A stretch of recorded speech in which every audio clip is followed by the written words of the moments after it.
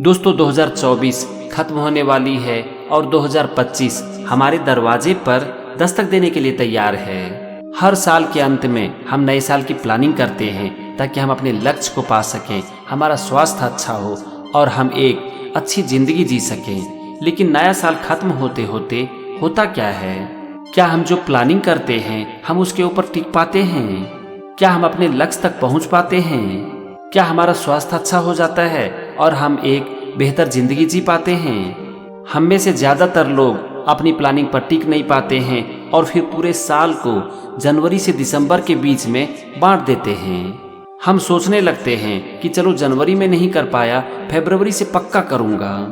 उसके बाद फरवरी खत्म हो जाती है, मार्च खत्म हो जाती है और देखते देखते पूरा साल बीत जाता है, लेकिन हम कुछ नहीं कर पाते हैं। हम नए साल की फिर से एक बार प्लानिंग करते हैं, लेकिन होता वही है जो कि अभी तक होता आ रहा है। देखते ही देखते हम बूढ़े हो जाते हैं, लेकिन होता कुछ नहीं है। पर सवाल उठता है कि हम अपनी प्लानिंग के ऊपर टिक क्यों नहीं पाते हैं? इसका सबसे बड़ा कारण होता है हम अपनी प्लानिंग को एकदम से स्ट्रिक्ट और डिफिकल्ट बना देते हैं, और यही कारण है कि हम उसके ऊपर टिक नहीं पाते हैं।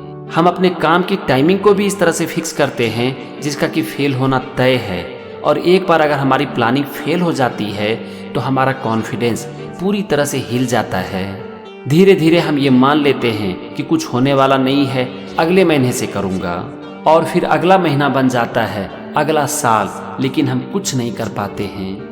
तो आज की इस वीडियो में मैं आपकी थोड़ी सी मदद करूंगा और मैं आपको ये बताऊंगा कि आपके नए साल का रिजोल्यूशन क्या होना चाहिए।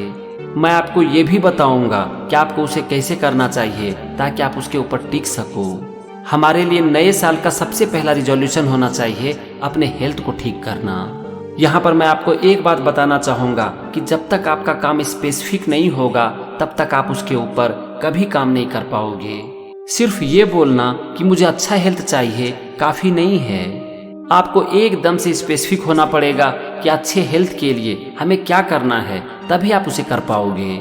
तो यहाँ पर मैं आपको बताना चाहता हूँ कि अच्छे हेल्थ के लिए आपको 4 चीजों पर काम करना पड़ेगा: खाना, एक्सरसाइज, सनलाइट और नंगे पांव धरती के ऊपर घूमना। अच्छे हेल्थ के लिए हमने अपने काम को स्पेसिफिक कर लिया कि इन 4 चीजों के ऊपर हमें काम करना है।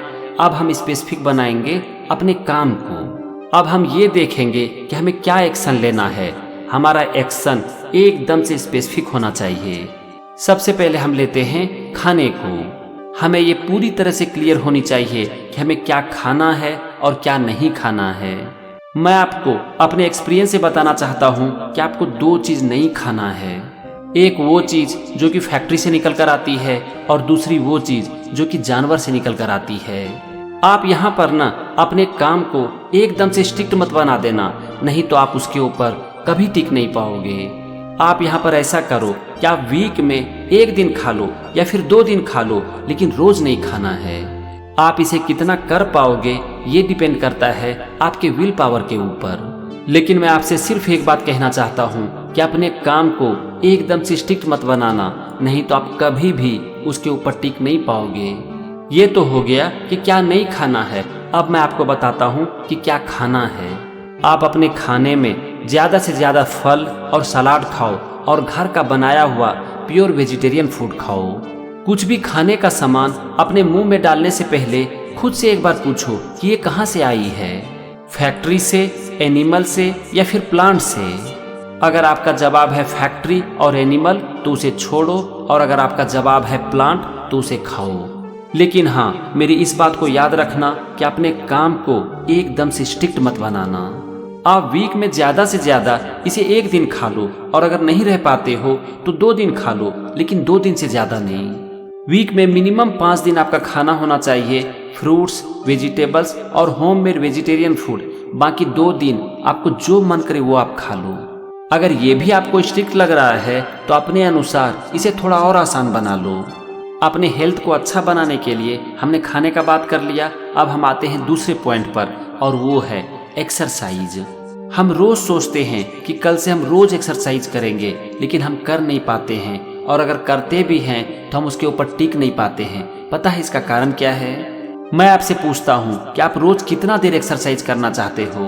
40 मिनट, 30 मिनट, 20 मिनट, 10 मिनट? आपसे यहाँ पर मैं कहना चाहता हूँ कि मिनट को छोड़ो और सेकेंड को पकड़ो। एक्सरसाइज करने का आपका रोज का टारगेट होना चाहिए मिनिमम 10 सेकेंड। आपको शायद हंसी आ रहा होगा। अगर आपको हंसी आ रहा है तो समझ लो कि आपकी प्लानिंग एकदम से सही है।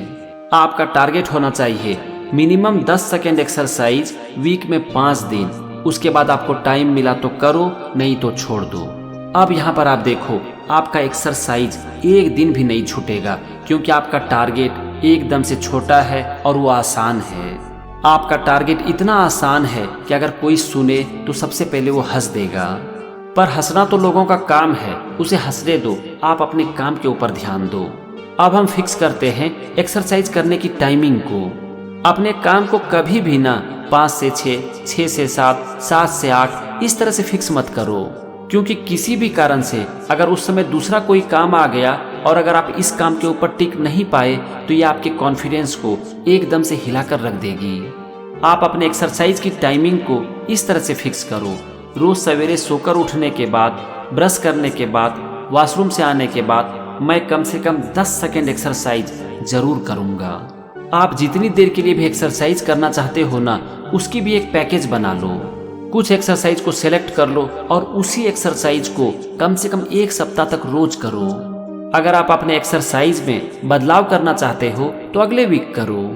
1 वीक के लिए एक्सरसाइज पहले से ही फिक्स कर दो कि आपको कौन सा एक्सरसाइज करना है, कितने देर के लिए करना है और उसके ऊपर टिके रहो। लेकिन हाँ, एक एक्सरसाइज 10 सेकेंड का बनाओ और उसे रोज करो। आपका ये 10 सेकेंड कब 10 मिनट बन जाएगा और कब 40 मिनट बन जाएगा आपको पता तक नहीं चलेगा। आपको बस एक बार आदत पड़ने की देर है। फिर आप जिस तरह से ब्रश करना नहीं छोड़ सकते हो, रोज नहाना नहीं छोड़ सकते हो, उसी तरह से आप बिना एक्सरसाइज के रह ही नहीं पाओगे। जिस दिन आप 10 सेकेंड की एक्सरसाइज नहीं कर पाओगे उस दिन आपको बड़ा अजीब सा लगेगा, और अगर ऐसा हुआ तो समझ लो कि आपका काम बन गया। अब यहाँ पर मैं आपको एक चीज और बताना चाहता हूँ कि एक्सरसाइज करने की जगह को भी फिक्स कर लो और रोज वहीं पर करो। अगर किसी भी कारणवश वहां पर नहीं कर पाते हो तब आप दूसरी जगह पर करो। एक बात को हमेशा याद रखना कि किसी भी हालत में अपने काम को स्ट्रिक्ट और डिफिकल्ट नहीं बनाना है, नहीं तो आप उसके ऊपर कभी टिक नहीं पाओगे। जितना हो सके अपने काम को फ्लेक्सिबल बनाओ और आसान बनाओ, तब जाकर आप उसके ऊपर टिक पाओगे। अपने हेल्थ को अच्छा बनाने के लिए अभी तक हमने 2 चीज के बारे में बात की, खाना और एक्सरसाइज। अब हम आते हैं तीसरे और चौथे पॉइंट पर, और वो है सनलाइट और नंगे पांव धरती पर घूमना। आप रोज कम से कम 1 मिनट के लिए अपने बॉडी को सनलाइट में रखो और धरती पर नंगे पैर घूमो। आप यहाँ पर एक बात को याद रखो कि धरती का मतलब टाइल्स नहीं है। धरती का मतलब है घास और मिट्टी, जो कि भगवान ने बनाया है।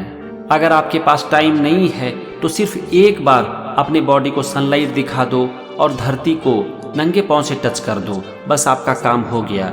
यही होना चाहिए आपका मिनिमम टारगेट। इससे ज्यादा आप जितना कर पाते हो वो आपके लिए बोनस है। हमने हेल्थ के बारे में बात कर लिया, चलो हम दूसरे पॉइंट पर आते हैं, और मेरा दूसरा पॉइंट है अपने मन को शांत रखना, और उसके लिए जो आपको काम करना है वो है मेडिटेशन। आप यहाँ पर भी सोचो कि हमें रोज मेडिटेशन कितनी देर के लिए करनी चाहिए, 20 मिनट, 15 मिनट, 10 मिनट या फिर 5 मिनट। तो आपको यहाँ पर मैं फिर से बताना चाहता हूँ कि मिनट को छोड़ो और सेकेंड को पकड़ो। रोज मेडिटेशन करने का भी आपका टारगेट होना चाहिए 10 सेकेंड। लेकिन हाँ, इस बात का ध्यान रखना कि आपका टारगेट होना चाहिए मिनिमम 10 सेकेंड। उससे ज्यादा आप जितना कर सकते हो आप करो। मेडिटेशन करने के लिए आपको कुछ नहीं करना है, ये बहुत ही आसान है। बस आराम से बैठ जाओ, अपनी आंखें बंद कर लो, 4-5 गहरी सांस ले लो और उसके बाद अपना पूरा ध्यान अपने सांस के ऊपर लेकर आ जाओ। अगर आप इतना सा रोज कर लेते हो तो आप 1 महीने के बाद देखोगे कि आपका रोज मेडिटेशन 5 से 10 मिनट आराम से हो जाएगा। अभी हम करते क्या हैं, मेडिटेशन की हमें आदत नहीं होती है और हम अचानक से उसे 20 मिनट, 25 मिनट या फिर आधा घंटा करना चाहते हैं और फेल हो जाते हैं। अब आपने यहाँ पर क्या, अपने काम को आपने एकदम से आसान बना दिया। आपका टारगेट हो गया कि कम से कम रोज 10 सेकेंड के लिए भी मेडिटेशन पोज में मैं जरूर बैठूंगा। बस आप इतना सा कर लो, आप देखोगे कि मेडिटेशन आपकी जिंदगी का एक हिस्सा बन जाएगा और अगर आप चाहोगे भी तो भी आप उसे छोड़ नहीं पाओगे। आप यहाँ पर भी मेडिटेशन की एक टाइमिंग फिक्स कर लो और वहीं पर रोज करो।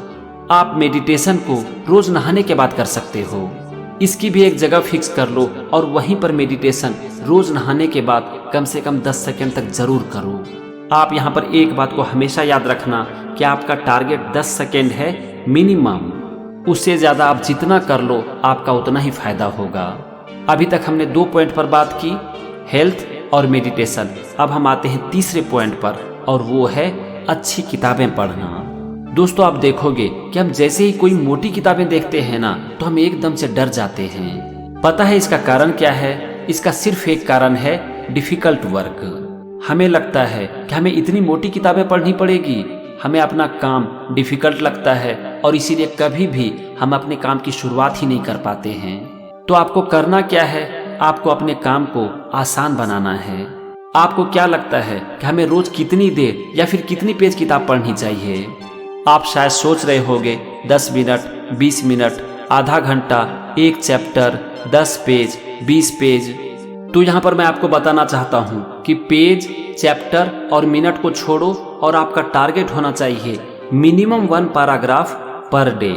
याद रखना, मिनिमम 1 पैराग्राफ। आप इसकी भी टाइमिंग फिक्स कर लो और जगह फिक्स कर लो। आप रोज सवेरे सोकर उठने के बाद और रात में सोने से पहले 1 पैराग्राफ किताब पढ़ सकते हो, मिनिमम 1 पैराग्राफ। अब बताओ क्या ये पॉसिबल है? क्या आप 1 पैराग्राफ रोज पढ़ पाओगे? अगर ये काम अभी भी आपको डिफिकल्ट लगता है तो एक टाइम कर दो, अल्टरनेट डे कर दो, वीक में 1 दिन कर दो। अब तो हो जाएगा ना? मुझे लग रहा है कि अब शायद हो जाएगा। तो हमने 3 पॉइंट पर बात किया, हेल्थ, मेडिटेशन और रीडिंग बुक्स। मुझे लगता है कि आप नए साल के लिए इससे ज़्यादा रिजोल्यूशन मत बनाओ। उसके बाद भी आपको जो करना है करो, रूटीन बनाओ, करो, लेकिन साल के लिए इससे ज़्यादा रिजोल्यूशन फिक्स मत करो, नहीं तो आप उसके ऊपर टिक नहीं पाओगे। तो फ्रेंड्स, एक बात को हमेशा याद रखो कि काम के ऊपर टिके रहने के लिए आपको थोड़ा फ्लेक्सिबल होना पड़ेगा और अपने काम को आसान बनाना पड़ेगा। अगर आप अपने काम को फ्लेक्सिबल बना देते हो, आसान बना देते हो, तब आप उसके ऊपर टिक पाओगे और जब आप अपने काम के ऊपर टिक जाओगे तब वो बन जाएगी आपकी आदतें। और आपको तो पता ही है कि एक इंसान अपनी आदतों का गुलाम होता है। अगर एक बार ये आपकी आदतें बन गई तब चाह कर भी आप उसे छोड़ नहीं पाओगे। आप चाहे कितना भी व्यस्त क्यों ना हो, लेकिन बावजूद इसके आप ब्रश करना और नहाना कभी नहीं छोड़ते। ठीक इसी तरह से आपकी आदतें बन जाएगी, किताब पढ़ना, एक्सरसाइज करना, मेडिटेशन करना, और एक समय के बाद आप चाह कर भी इसे छोड़ नहीं पाओगे। बस आपको जरूरत है इसकी शुरुआत करने की और इसके ऊपर टिके रहने की। और अपने काम पर टिके रहने के लिए आपको क्या करना पड़ेगा, इसके बारे में हमने डिटेल में डिस्कस कर लिया। तो यहाँ से आपका काम शुरू होता है। अपने काम की शुरुआत तुरंत कर दो ताकि नए साल में ये आपकी एकदम से आदत बन जाए।